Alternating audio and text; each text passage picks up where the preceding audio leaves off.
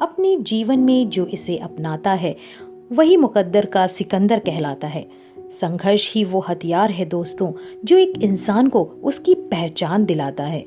जी हाँ, आज हम आपको ऐसी ही एक शख्सियत के संघर्ष के बारे में बताने जा रहे हैं, जिन्होंने अपने राजनीतिक करियर की शुरुआत एक छात्र नेता के रूप में शुरू की और उस वक्त से आज तक लोगों के हित और न्याय के लिए सदैव तत्पर और अग्रसर रहे। इन्होंने अपने जीवन में संघर्ष को अपना हथियार बनाकर सभी चुनौतियों का दृढ़तापूर्वक सामना किया और अपने स्थान पर अडिग रहे।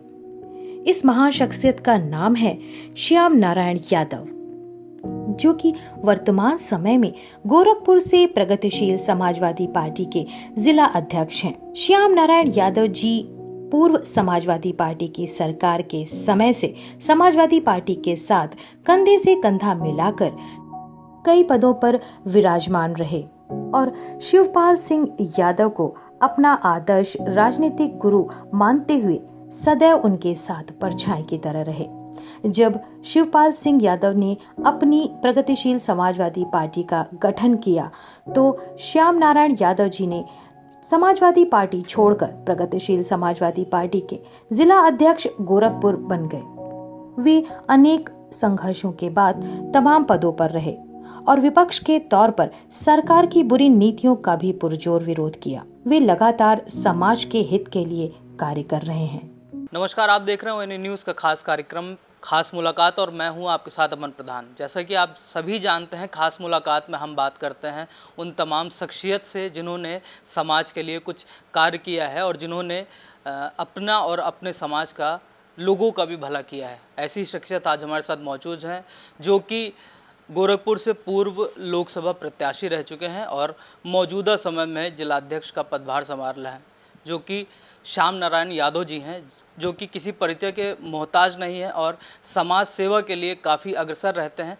उनसे ही जानेंगे उनकी कार्यों की ज़ुबानी, किस तरीके से उन्होंने इस पद को अभी तक संभाला है और पूर्व में जिस तरीके से उन्होंने लोकसभा का चुनाव लड़ा तो किस तरीके की समस्याएं थी, उनका राजनीतिक करियर कब से शुरू हुआ, कितनी समस्या का उन्होंने उठानी पड़ी, किस तरीके से उन्होंने अपना जो राजनीतिक करियर है उसकी शुरुआत करी।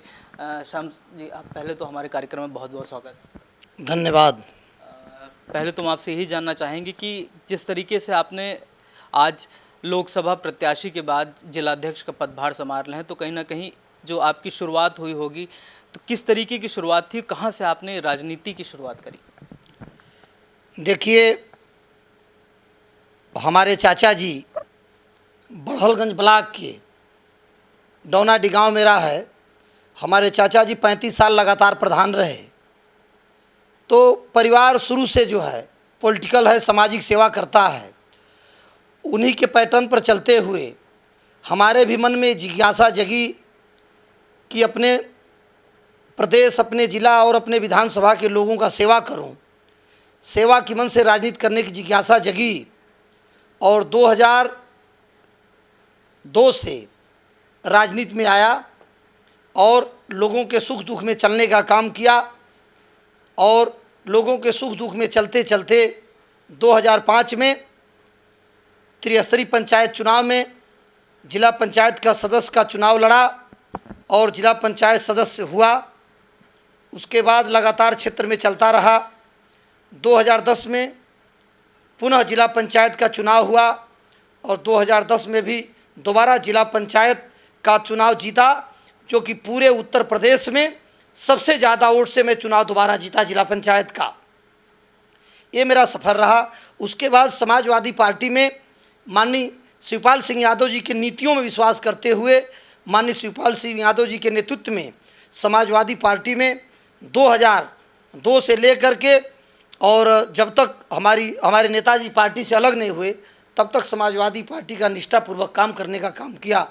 और गोरखपुर जनपद का दक्षिणांचल है चिल्लूपार विधानसभा। चिल्लूपार विधानसभा कचहरांचल है और चिल्लूपार विधानसभा में तमाम गरीब लोगों का मदद करने का काम किया है। बाढ़ में नाव से चल करके लोगों का सुख दुख बांटने का काम किया है। जो मुझसे हो सका है गरीब मजदूरों का मदद करने का काम किया है। चाहे बाढ़ की विभीषिका हो, चाहे सूखे की मार हो, चाहे लोगों की बीमारी का मामला हो, तमाम लोगों का जो हमसे हो पाता है वो लेकर सदैव जनता के बीच में खड़ा रहता हूँ। इस नाते कचरांचल की जनता ने हमें तमाम बड़े बड़े आतताइयों के खिलाफ 2-2 बार जिला पंचायत में चुनाव जिता करके गोरखपुर के सदन में भेजने का काम किया। और मैं भी जनता के जो भी जनता से वादा किया था, जनता से मैंने जो वादा किया उस पर खरा उतरने का काम किया। हम आपको बताना चाहते हैं कि चिल्लूपार विधानसभा में वार्ड नंबर 42 मेरा जिला पंचायत क्षेत्र था।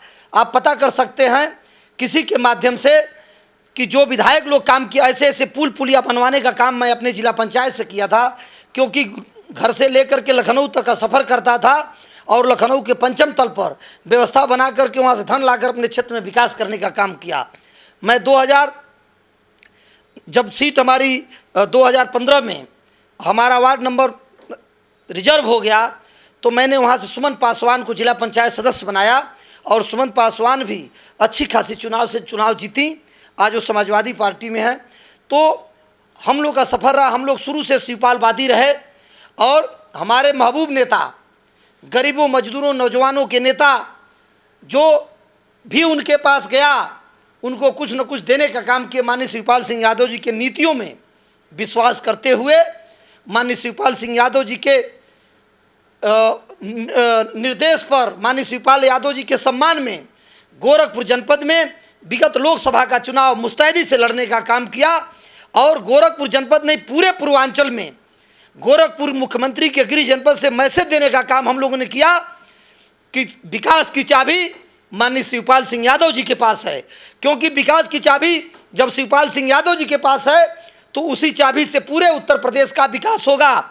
और शिवपाल सिंह यादव जी के चाबी के बिना किसी की सरकार नहीं बनेगी। शिवपाल सिंह यादव जी की चाबी जहाँ रहेगी वही सरकार बनेगी। आगे आज माननीय राष्ट्रीय अध्यक्ष जी ने हमें गोरखपुर जनपद का करीब 1.5 साल हो गया जिला अध्यक्ष बनाए। मैं अपने कार्यकाल में पार्टी के तमाम अच्छे लोगों को जोड़ने का काम किया, तमाम अच्छे लोगों को प्रगतिशील समाजवादी पार्टी की नीतियों में विश्वास करते हुए जोड़ने का काम किया। और गोरखपुर जनपद में 9 विधानसभाएं हैं। 9 विधानसभाओं में हमारे विधानसभा के प्रत्याशी लड़ने के लिए तैयार हैं और बस सिर्फ नेताजी के आदेश का पालन हम लोग कर रहे हैं।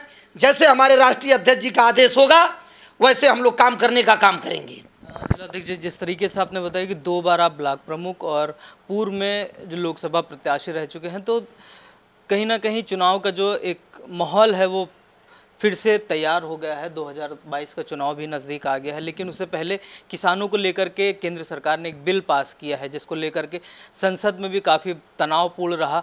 लोग सड़कों पर आ गए हैं, किसान कहीं ना कहीं आत्महत्या फिर से करने लगा है। तो इस मुद्दे पर क्या कुछ कहना चाहेंगे? देखिए, भारतीय जनता पार्टी, ये भाजपा की सरकार, केंद्र और प्रदेश की सरकार झूठ बोल करके लोगों को छलने का काम कर रही है, किसानों के साथ अन्याय करने का काम कर रही है। और आज आप देखिए, प्रदेश से लेकर केंद्र के किसान, नौजवान, मुसलमान और छात्र सभी लोग ये भाजपा सरकार के खिलाफ हल्ला बोलने का काम करे हैं। प्रधानमंत्री जी के खिलाफ, मुख्यमंत्री जी के खिलाफ। प्रधानमंत्री जी तो 100% झूठ बोलने का काम करते हैं, किसानों को ठगने का काम किए और प्रधानमंत्री जी पर किसी भी व्यक्ति को भरोसा नहीं रहा। किसानों के बल पर भारतीय जनता पार्टी की सरकार बनी और यही भारतीय जनता पार्टी के प्रधानमंत्री जी किसानों के साथ धोखा करने का काम कर रहे हैं। किसानों के साथ जो व्यवहार कर रहे हैं, किसान अपने ही खेत में मजदूर बन करके काम करने के लिए विवश हो जाएगा। ऐसी सरकार की हम निंदा करते हैं और ऐसी सरकार की निंदा के खिलाफ प्रगतिशील समाजवादी पार्टी के राष्ट्रीय अध्यक्ष माननीय शिवपाल सिंह यादव जी के नेतृत्व में पूरे प्रदेश के कार्यकर्ता भारतीय जनता पार्टी के खिलाफ सड़क पर उतरने के लिए बाध्य हो गए हैं। और आज देखिए, सड़क पर उतर गए हैं। अगर भारतीय जनता पार्टी के लोग इस बिल को वापस नहीं किए तो हमको लगता है कि पूरे हिंदुस्तान की जनता सड़क पर उतर करके विरोध करने का काम कर रही है। अध्यक्ष जी, जिस तरीके से आपने बताया कि जो विरोध प्रदर्शन है वो कहीं ना कहीं प्रदेश में भी शुरू हो गया है। हालांकि जो अन्य जनपद हैं, अन्य जो प्रदेश हैं, वहाँ कहीं ना कहीं पहले से ही हो गया था, वहाँ काफ़ी आगजनी हो गई थी। लेकिन हम फिर से 2022 चुनाव पर आना चाहेंगे कि 2022 का चुनाव लगभग 1 सवा साल बचा हुआ है। तो अगर पार्टी शिवपाल सिंह यादव जी के नेतृत्व में जो 2022 का चुनाव है वो लड़ेगी, या समाजवादी पार्टी के साथ उनका कोई विलय होगा? किस तरीके से चुनाव की जो अभी तक की रूपरेखा है किस तरीके की देखी गई?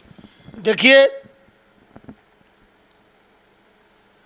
प्रखर वक्ता, राजनीति के कुशल खिलाड़ी, संगठन में एक अलग पहचान बनाने वाले, अपने कार्यकर्ताओं के प्रति सजग प्रहरी हमारे महबूब नेता, हमारे पार्टी के राष्ट्रीय अध्यक्ष माननीय शिवपाल सिंह यादव जी का जो भी आदेश होगा, हमारे नेताजी, चूंकि हम लोग प्रगतिशील समाजवादी पार्टी के एक सिपाही हैं और हम सिपाही अपने कमांडर, अपने कप्तान माननीय राष्ट्रीय अध्यक्ष जी का जो भी आदेश होगा, हमारे राष्ट्रीय अध्यक्ष जी जो भी निर्णय लेंगे, चाहे समाजवादी पार्टी से गठबंधन करके चुनाव लड़ने का काम करेंगे या पूरे प्रदेश में प्रगतिशील समाजवादी पार्टी के प्रत्याशी उतार कर लड़ने का काम करेंगे, जो भी हमारे राष्ट्रीय अध्यक्ष जी का आदेश होगा उसका हम लोग पालन करेंगे।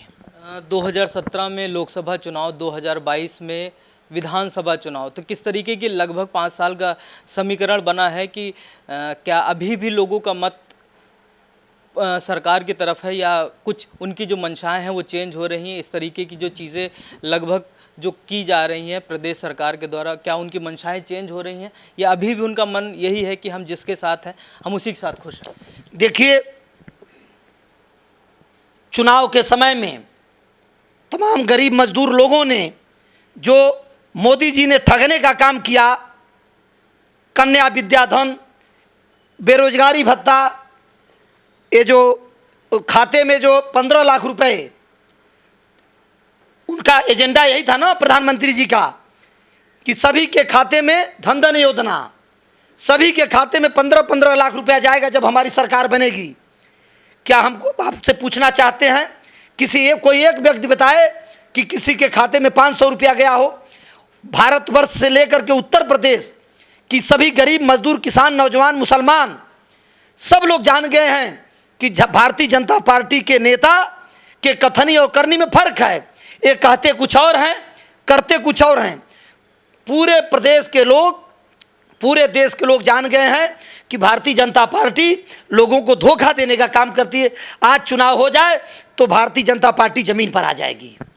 हमारे चैनल के माध्यम से क्या कुछ संदेश या क्या कुछ सुझाव देना चाहेंगे क्षेत्र की जनता को? हम पूरे प्रदेश और देश के लोगों से अपील करना चाहते हैं कि ऐसी झूठी और निकम्मी सरकार को उखाड़ फेंक करके और विकास पुरुष शिवपाल सिंह यादव जी के नेतृत्व में, उनके साथियों के नेतृत्व में सरकार बनाएं। धन्यवाद हमसे बात करने के लिए। तो ये थे हमारे साथ श्याम नारायण यादव जी, जिन्होंने बताया कि जिस तरीके से प्रदेश सरकार मनमानी तौर से जो बिल्स हैं और जो चीज़ें हैं उनको ला रही है, संसद में पास करा रही है। हालांकि जो प्रदेश की जनता है वो कहीं ना कहीं उनकी नीतियों से शायद परेशान हो गई है, और 2022 में इसका भुगतान भारतीय जनता पार्टी को भी देखने को मिलेगा।